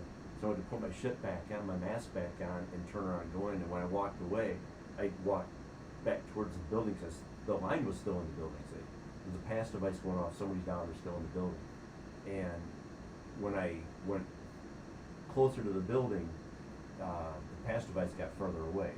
Like, oh, it's not inside, thank God. And it was somebody who dumped their pack Did off. you guys ever think about setting off your pass alarm? There literally wasn't even time. It felt like there wasn't And even time to well, Gino call it couldn't freaking even hear Mayday. him smashing the ATM at the front door. Would you think you've been able to hear it? In retrospect, if you set it out. I don't know. Hopefully.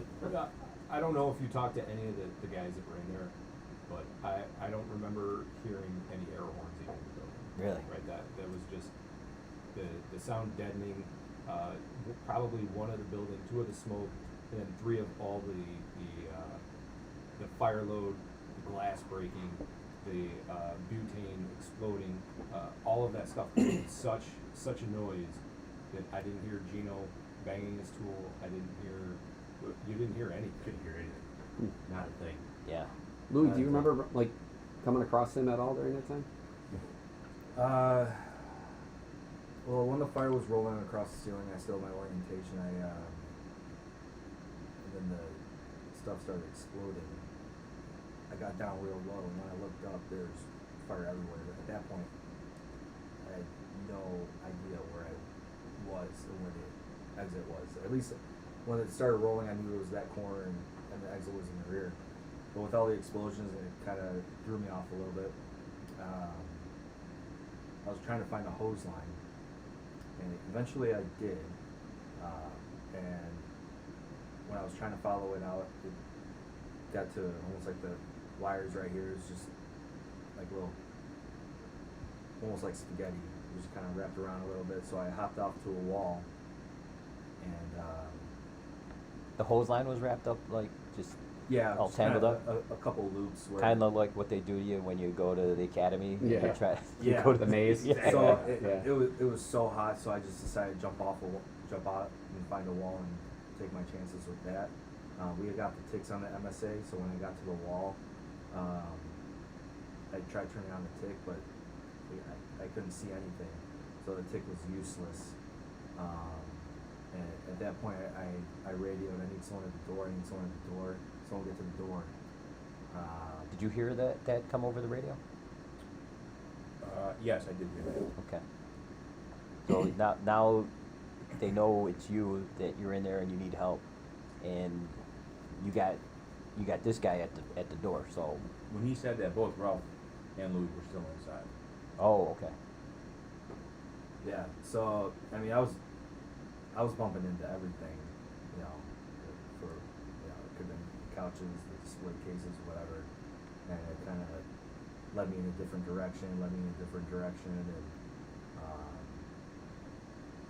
yeah, eventually, at this point, I still wasn't really panicking. I was trying to, find my way out, and you were asking them when the point of panic was. Eventually, I couldn't see anything. The smoke was so black and heavy. I couldn't see any more fire.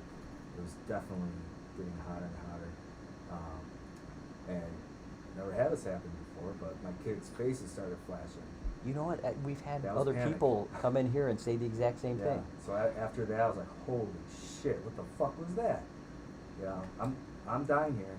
So It was the FaceTime.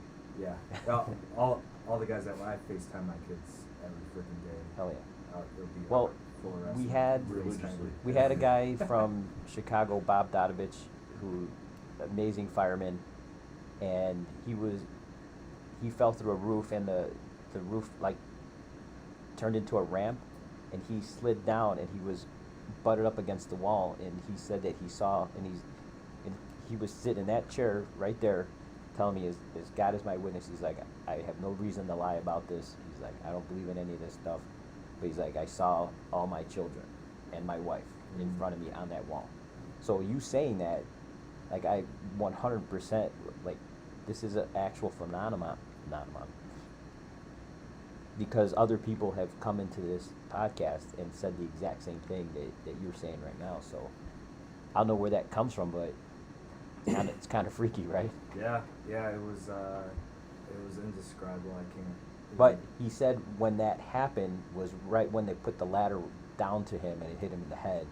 So I don't know how long after you saw the faces of your family did the big guy come and grab you. So I was I saw all my kids' faces started just flashing it, and I couldn't see anything. So it was all black, and it was just like with their faces, and that was when I was like, holy shit, I'm gonna die in here. So I didn't give up. I kept trying to get out, and I was feeling with my left hand. I can remember, and then the faces weren't there anymore. It was just black, and it went from like the panic, and then just it's alright. You're just gonna die. Just let it be. Really? It's fine. And I still didn't give up. I was feeling, and all of a sudden I lose whatever wall I had, and at the same exact time I get this hand on my chest. And with how my mind was before, that hand, there was so much power behind it that it pulled me, and it felt like I was getting transferred to a different dimension. No It was Literally. indescribable. I can't describe it, but it was pulling me, and I was like, holy shit, this is it. This is what it is. And it was a good 20 feet before I saw like daylight. And I saw Gino. We got our names on our mask, so I saw Gino, and then I saw my deputy chief's face, and then out of exhaustion, I just dropped to my knees, and I look over to my right, and I see Ralph smoldering. And I'm assuming I'm doing the same thing, just smoldering, but it was, I can't even describe it, but it was Ralph, did you feel the same hand of God? Crazy thing is when all of us did our write-ups, I think all of us at the end of it concluded with it was literally like the hand of God reached in and pulled us out. So, It was just crazy. I'm not a religious guy, but I'm not overly religious, but that is exactly what it felt like. no shit. So I think I told you I made the Stu Knot shirt. Yeah. With the hand. I was gonna make a new one with the hand up like this, taking me Pulling out. you up. That's good. Nice. Ralph, did you ever get to that point that he just mentioned where you're just like, hey, this is just where it is? You know, you kind of like almost came to accept it a little bit that. A little bit. Like I said, Not that you were like, hey, that's it for me, I'm done, but like you're just like, oh shit, this is how it ends. keep pushing towards pushing. the front, but I honestly I didn't think I was making it out. I think this is it. Yeah. This is it. Yeah, I've heard that in a lot of stories here, right? I mean, you just said Yeah. the same thing, like Hell yeah. like even in mine, and like I remember that too. But Just you like, you know well, what the this is it. common theme is that they didn't give up, Mhm. and you know everybody who found themselves in that similar situation, yeah, they got to that point where they're like, I'm done, and they're just accepting it. They're like, but I'm going to keep going, and it's that willingness to not give up is what eventually saved them.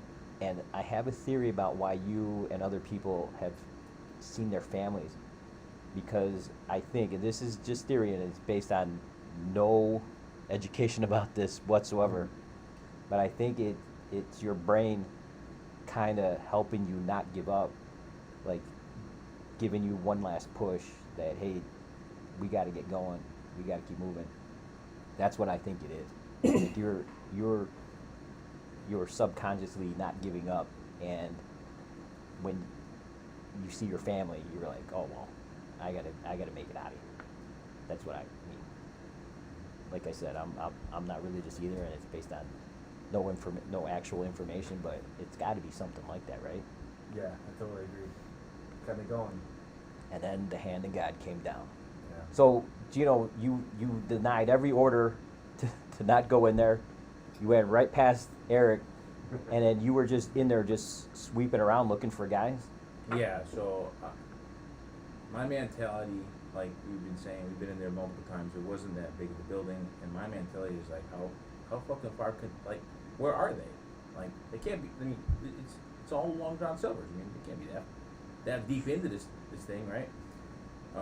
As soon as he said that, the time had, I mean, visually being there, it's hard to explain, but the turbulent smoke, the heavy, dense smoke, the heat was intense.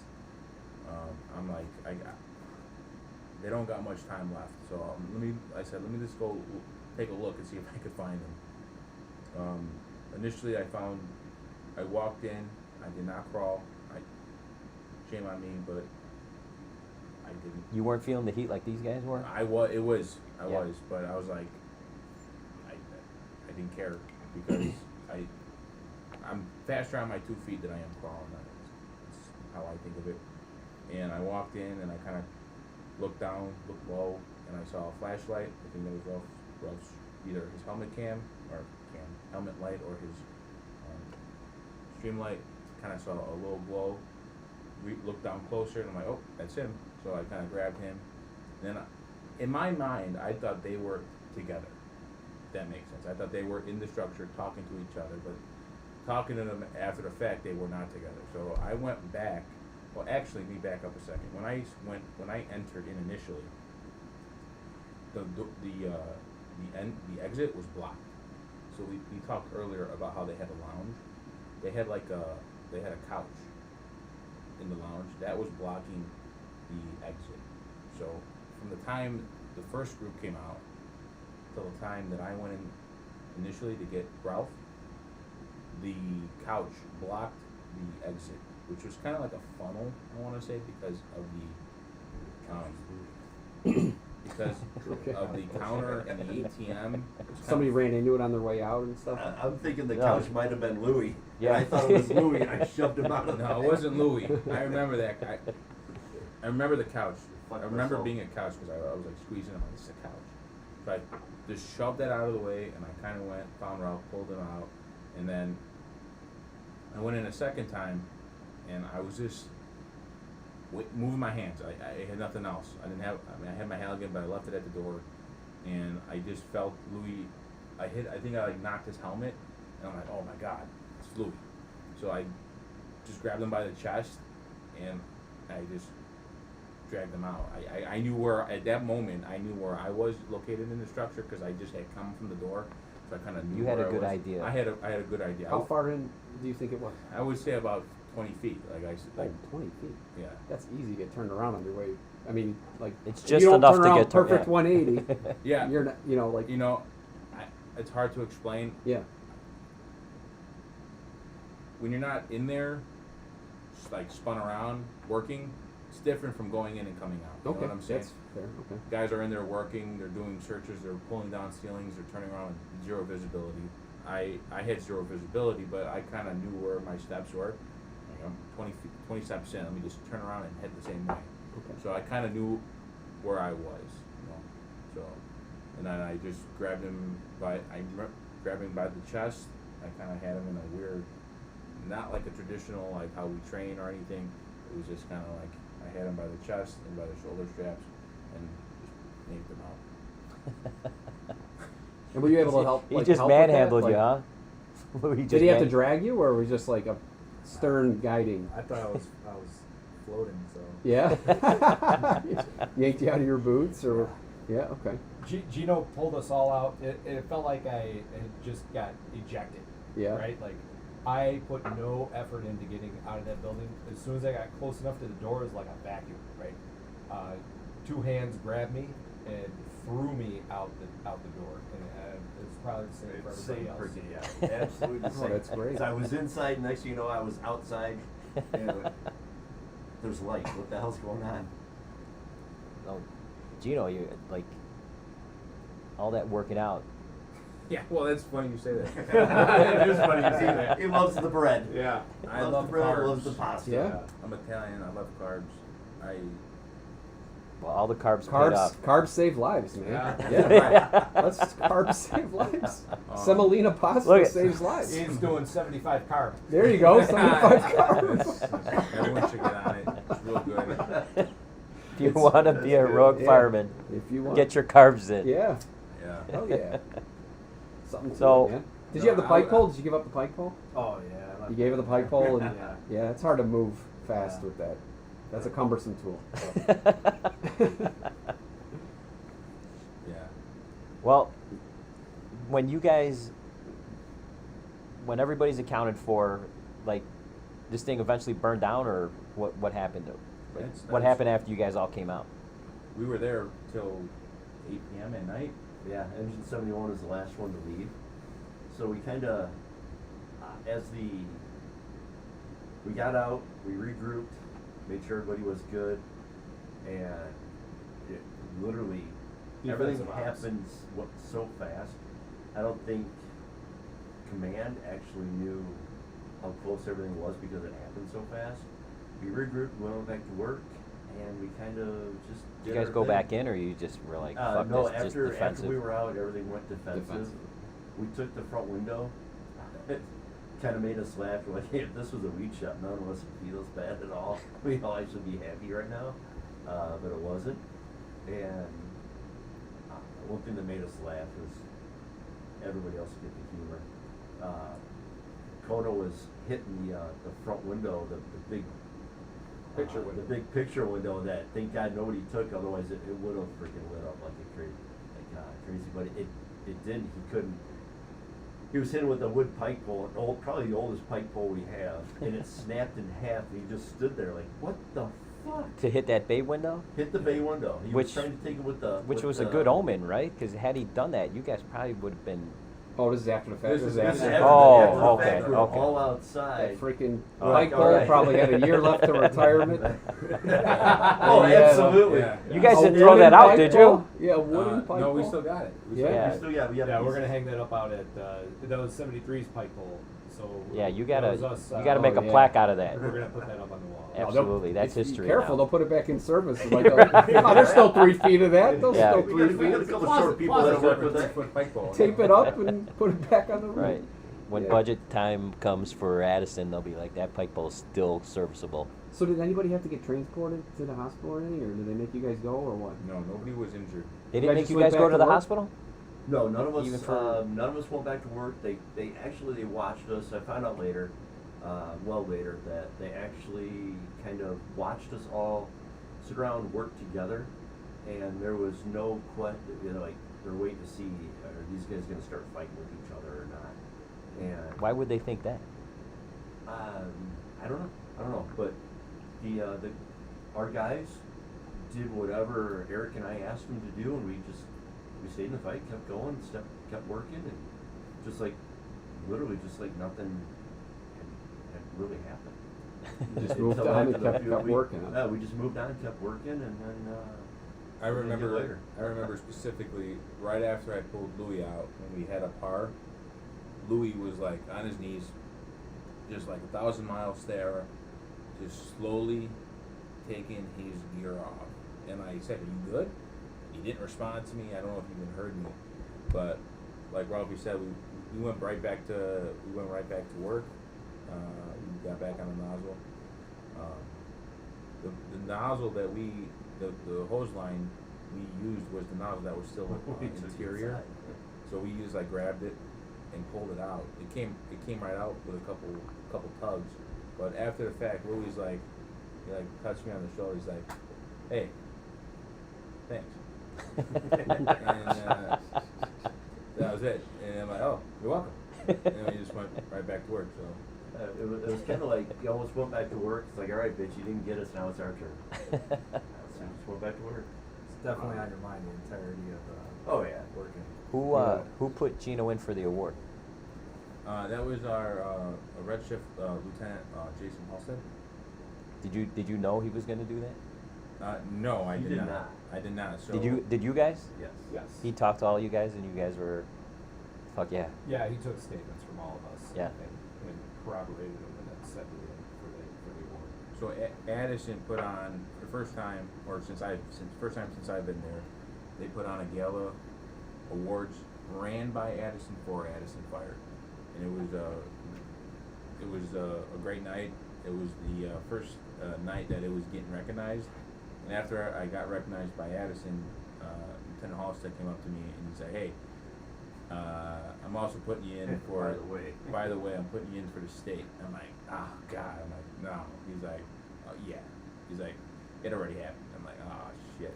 So I'm like, so then like a week later, I'm going through my mail, and I have a letter from the state fire marshals, and I'm like, oh, well, I thought this was like. Yeah. something- Your BOF expired. Yeah. You're Con Ed for hazmat. Right, and, like, congratulations. Target you- solutions. That does fit Gino's MO, right? So if Yeah. he got a letter, he's probably like, what do I do now? You know, I always say nothing ever good comes in the mail. Yeah. Nothing. It's always bills or like everything but good. But this was actually something that was good, and yeah. So I got that in the mail, and then I was like, holy shit. So. And when your actual ceremony's in It's May, coming right? up. Coming up, right? It's coming up May 12th, down in Springfield. Yeah. I mean, after hearing, and it's so amazing that you brought these guys, Gino. I'm so glad that you brought these guys because, you know, especially these two, they were in a rough spot when you Yeah. went and got them, and you were told not to go in there. So yeah, it's funny you say that. So like I said, I have a long history of not listening, and my In your 5 my years? five. Well, it's funny you say that. Oh, yeah. Whoa. So hold on. Those So in residency 5 You got a ways to go, buddy. No, and my file's thick. You know, it's thick. So 2 C's. I was I'm comfortable with the process. If that makes sense. You know I what love I'm saying? it. I I mean, love it. so you know, like I said, the deputy chief told me to exit the building, and I mean, like, I've been down this road before. What's the worst that's gonna happen? It was kind of my mentality. I remember specifically. I was in class for instructor 1, and Josh, you're from Cicero, right? Correct. All Yeah. right, so you know the guy I'm talking about, retired guy, teaches at Romeo. Oh God. Yeah, Here we go. yeah. So he was bragging about his, you know, what 20 something, maybe 30 years of service. He got 18 write-ups, and I'm like not me. Yeah. I'm 5 years, double digits with paper. So. Oh wow. Yeah. You're gonna set records. Oh, the best story is Definitely. his last lieutenant sent him to go get the letterhead for his own write-up, and he didn't even realize it. Then he's come back. He's like, "Here, oh, by the way, stick in the printer. Yeah. Sign this too, would you?" Yeah. If the statute, if it's okay, what's the funniest one? What's the one that? Oh, If it's the if you don't funniest mind. one? The football? The football? Now Football. something that can't get you Oh. jammed up further, Oh, or no, something no, that nobody was. So, The football. we'll tell the football story. So I was Fellas, three. let's- So I was on. Yeah, give me some more. Yeah. I was on the contract in Addison for a year before I became full time. So the transition was from contract to full time. It was 2 days off. It was like not even a hitch. I knew the guys ready. The expectation was much higher than somebody coming off the street. Guy lived in town. You know what I'm saying? So the deputy chief now was my battalion at the time. He brought me in his office. He goes, "Hey, listen, you're gonna do fine. Everyone has their ace in the hole. Meaning you could fuck up just one time." So 3 months later, lunch, very short time later, we're lunchtime and we're playing football in the kitchen after lunch. You must have a young house. This sounds like young guy house. So Okay. No, this not- was no? not long after I'm promoted, right? Oh. Gino's working for me, but I'm off on a Kelly that day. So So you got an Ironically- acting officer. No, I remember they. there's I don't know who It was Halstead. Lieutenant Halstead. Oh, yeah. Put me in for the award. I remember it very vividly. We were redoing the study at Station 1. I'll get to that in a second. But we were playing playing football in the kitchen, throwing a wiffle football, one of those hard plastic footballs in the kitchen. It was donated by like a food basket from. This was like during COVID time, so food was getting donated all the time. And I throw the football at a fellow member, and I just terribly throw it, and it hits the Purvis dispatch monitor screen for DuPage County. Turns out that Addison doesn't even own those monitors, but they're from Purvis themselves, and they're like programmed specifically. Rabbit hole. It was not a good. Oh, okay. It was haha, you're an idiot. And I bet you know how much it costs Well, now and everything else. $1,000. Okay. $1,000. So, It was well, a government TV. government, Oh, really? It was a government TV. So Okay. Yeah, it's ETSB dispatch board. Okay. it was funny during the moment, like you're an idiot, until the next day happened when the entire shift got written up for something that I did, and it was just really bad. Halstead came out from the study in his tool belt because he was redoing it, and this was like, what the fuck are you guys doing? And the next day, I had a meeting with the chief, deputy chief, battalion, and the lieutenant of my shift on one side of the table, and me on the other side, with them throwing my thick file down in front of me. 3 months on. Well, it wasn't thick at the time. Yeah, it was. Well, let's It say was this. getting there. It at least It wasn't thin. It All had right, weight. let's It just wasn't- agree that it wasn't thin. It was still growing. It was not empty. It was not Okay. empty in 3 months. Let's Okay. just say that. And well, I'm talking not write-ups. I'm talking like evaluations. Okay. And they're like, "What? You want to explain this?" And I'm like, "Fuck!" I mean, like I wouldn't wish that on my worst enemy. Like I'm like, let me just go pack my bags now. But it turned out, I straightened out. But that was the football story. Right into the TV. I think Don't that recommend. under the current circumstances, they should wipe your slate clean. You should get a mulligan I'm for not everything. gonna- We just use this to balance it. So now he's back to even. Yeah, right. Even. Now we're So- starting over. So after I got that licking with the 4 officers, the battalion told me to come to his office. He was like, All right, he goes, you just burned your ace in the hole. You got no more for 9 months, so keep it straight. And you did. And I did, and here we are. Yeah. So this is the best part about Gino, right? What do you call him? Oh. All the way down. That's Stunad. Stunad. That's easier out. So Gino's our Stunad, right? But there's got to be a learning point to all of this, and it's discipline. Gino is a very disciplined firefighter, and he's learned through discipline about discipline, right? But if he had not been told to stay at the door, Gino stays at the door. Right? By Ralph, and then by our random happenstance, right? I come back, and I'm like, what are you doing? He's like, I'm the door guy. I'm like, okay, stay at the door. And he stays at the door. Right. Firefighter discipline. How many guys have the discipline to fill their position, no matter how boring it is, right? Right, Because that's an extra job, right? Because he was the extra Well, guy. not only He's the that, extra Eric, guy, but he chose to be excellent at it, and not just the rescue part. Right. Before that, he's Before. recognizing who's going in and who's coming out. This is a Exactly. mixed crew. This is that. Oh, those two guys maybe aren't working together because 100%. they're on different companies. Right. Like all those things, I was blown away when I heard that. I'm like, Yeah. oh, he's like, Discipline. taking notes basically, Yeah. mental notes. Yes. Who's coming in, who's coming out. Gino's very disciplined. So It's it's huge. So Gino is still a young firefighter, but he's got the discipline to do the job and to do it very well enough. Understand the importance of what you're doing. Understanding the importance of that position, no matter how trivial it actually seems. It's Sure. probably the most important part. Well, in the beginning of that fire, it was probably the most trivial job that you probably have at that fire at that time, right? Right? Yeah. That I mean, feels it's- like, oh it's shit, It's we get a akin to good being fire. an and I'm- engineer, right? Yeah. Yeah. I have a few minutes of getting water, and then what do? Right. So Gino's gonna push some hose in and then sit at the door. Yeah. Right? So it's not a glorious job until it is. Yeah. Right? And it's through firefighter discipline. Yeah. So for everybody out there, if you're a young firefighter, discipline is key to success. Gino has saved us through his discipline. So if there's one takeaway from all of this, I don't speak on anyone but my own behalf, but I think it's firefighter discipline.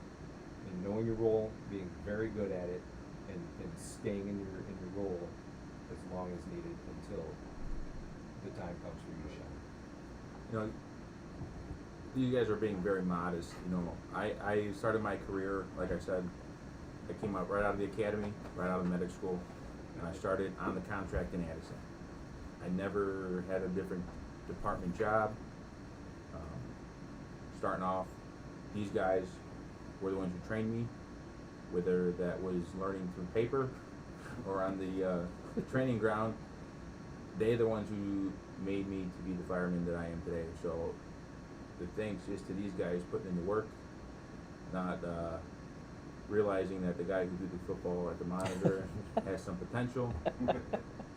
That's a cool part of it too, You know, because these- people recognize you know, talent and potential. Yeah, so these guys recognized it, worked with me, trained me. The thanks is to them. So Well, we're just being modest. I want to, Ralph, can you grab that microphone? Sure. Because I want to ask you guys the $1 million question. Do you believe in your heart of hearts that if Gino hadn't grabbed you, you were done for? 100%, absolutely. You really, you I- 100% I feel like 100% had he believe not that. disobeyed the orders and Yes. come grab you, that you would have died in that fire? Had he not stayed in his position and did exactly what we asked him to do, and what he knew he needed to do, that probably none of For us you would've- personally though, For you me personally, absolutely. I don't think I would have made it out. I could not see the daylight of anything until I was out, and it's because yeah. Gino grabbed me and pulled me out. And next thing I was in. It was hot as hell. You couldn't get away from it. And then next thing I was out. What about you, Louis? Same question. You're like, I probably would have been all right. I appreciate it, but I probably would have. Where are you at with it, Lou? Yeah, I know. In your hearts of heart. And we're gonna get a chair. We're gonna get a couple more sponsors, I think. And Yeah, then we're we gonna need get a a chair chair sponsor, next time. yeah. More More chair chairs. for you. I'm sorry, buddy. I'm sorry, You're Lou. good. No, 100% same with as Ralph feels, I mean, you know, I felt that heat and not knowing my way out, I don't think I would have made it out. I don't think my kids would have had their dad. So yeah, Gino stepped up that day, got me home, and yeah. Well, I mean, because you were the point where you had smashed everything you could possibly smash in there. Yeah. So there wasn't anything left to smash. And then the hand of God came down Yeah, the hand of God. and picked you up like a bouncer and then threw you out of that building, huh? Yeah, but the funny thing is that yeah, obviously shift change. You know, everyone talks about what happened and everything like that. And it was multiple people telling me that they would have taken care of my wife while I was gone. So I don't know what you're it's It's typical stuff. It's nice to know God, that yeah. my family is taken care of. She would've been good. Yeah, so the family would have been careful. That should give you some comfort, Yeah, of right. course. Absolutely. Way to go, Addison. Yeah. Well done. That's great. Oh my God. You guys are a credit to your department, I tell you what. You know, coming in, I mean, and this is just, you know, one shift, and, you know, I'm pretty impressed with the instincts from, you know, your officer instincts from you guys. I got to be the last guy out, you know, this type of stuff, and your discipline from even the, you know, a lower job on the fire ground and all along. I'm really impressed with you guys, Yeah, and and you I really got- are a credit to your department. Yeah, I gotta tell you, Ralph, that is something to be said for you wanting to be the last guy out of your crew. It says a lot about you, and I think we need more leaders like you who, I mean, because shit was shitty when you made that decision. Like, he's telling you to get out and be like, I go last. I think that's pretty amazing. So, well done, sir. I think I don't know, see other than it's just. That's who you are, right? That's what I was trying. Yeah. That's how I was trying. Absolutely, and that's Good why people. that's why you got Like good people. guys like Gino who are going to do the right thing in those circumstances. So I think it comes from the top down. So we need more guys like you at the helm there. You guys had mentioned that you guys had a probie this day. Yeah. Yeah. What? Give me more about this guy, because was this it? Yeah, Wasn't We'll his. give this one to Louis. It wasn't his Oh, first fire, right? This This is wasn't Louis, his. This is Louis' protege. 100% his first fight. This was his first fire. You guys should have brought that motherfucker in here. He's right down the street. Right? Yeah. Is he really? Yeah, right down the street. Yeah. So Maybe a part two. We'll get part two. I love this story, guys. yeah. So Galloway, you know, he's your typical like Surfer dude. 20-year-old kid, shaggy hair, looks like a wet Good dog. looking. Hate Yeah, him. yeah. Hate him already. Yeah, absolutely. Yeah, that's hair, right? We gotta hate him. You know, dumb questions at the dinner table. You know, he's a good kid, but you know, he came out of that fire, and I think he asked you He like, did. later on. He's like, "Is that how it always is?" And you said yes, right? Tell me you told him yeah. Yeah, he came out and he's like, hey, is it always that hot? Is it always like, does it go bad that fast? And I'm like, no, man, that was not normal. that was not normal at all.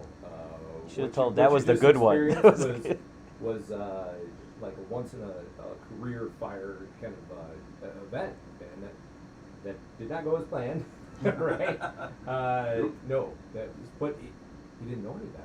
So Yeah. he's like, wow, is that how it goes? I'm like, no, man, that's not how it is. He has no frame of reference. He doesn't, but he does. He comes from a fire service family, so he's got older brothers in the fire service. I don't know his interaction with them, but yeah, he was awestruck by his first fire. God damn. Imagine that being your first fire, Josh. Yeah, it's crazy. Crazy. So was he with you or you? He was my Yeah, guy. That was your guy? Eric and his crew. I'm with Louis. Yeah. Louis, Eric, and Pat. One And thing it was we Eric, Ralph and Conan on the first. one thing we didn't talk about, it's kind of going through my mind. We had two guys. We had three.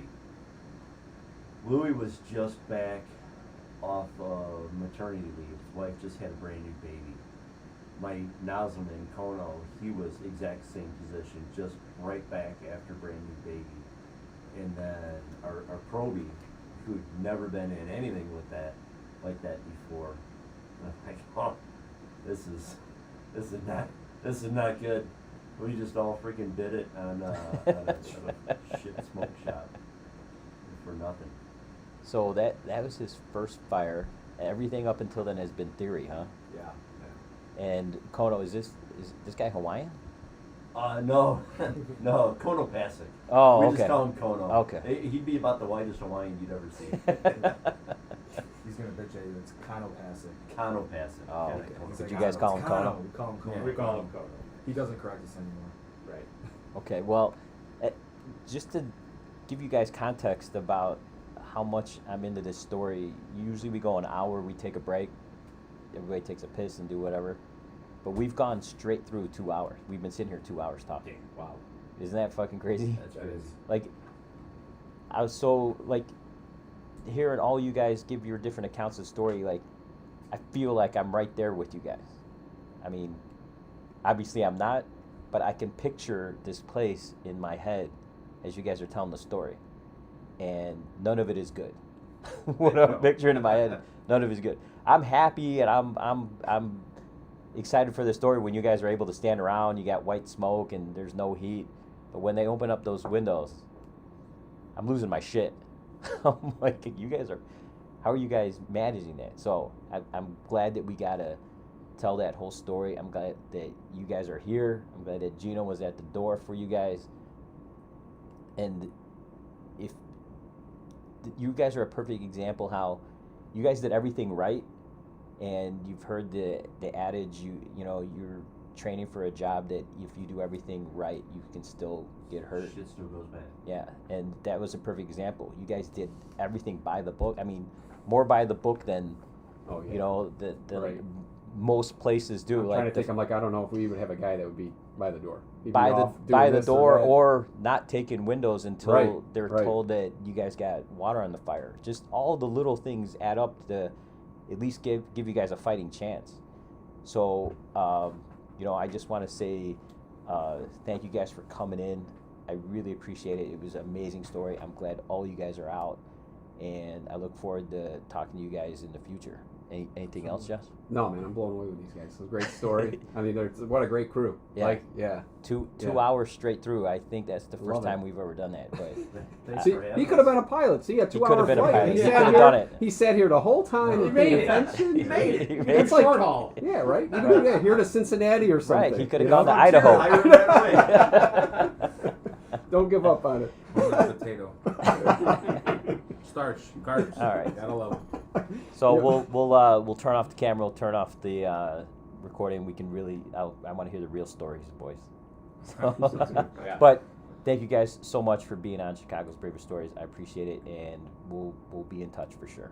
Absolutely. All right. So Thank you. any last words you want to pass it around? Any last thing you guys want to shout out?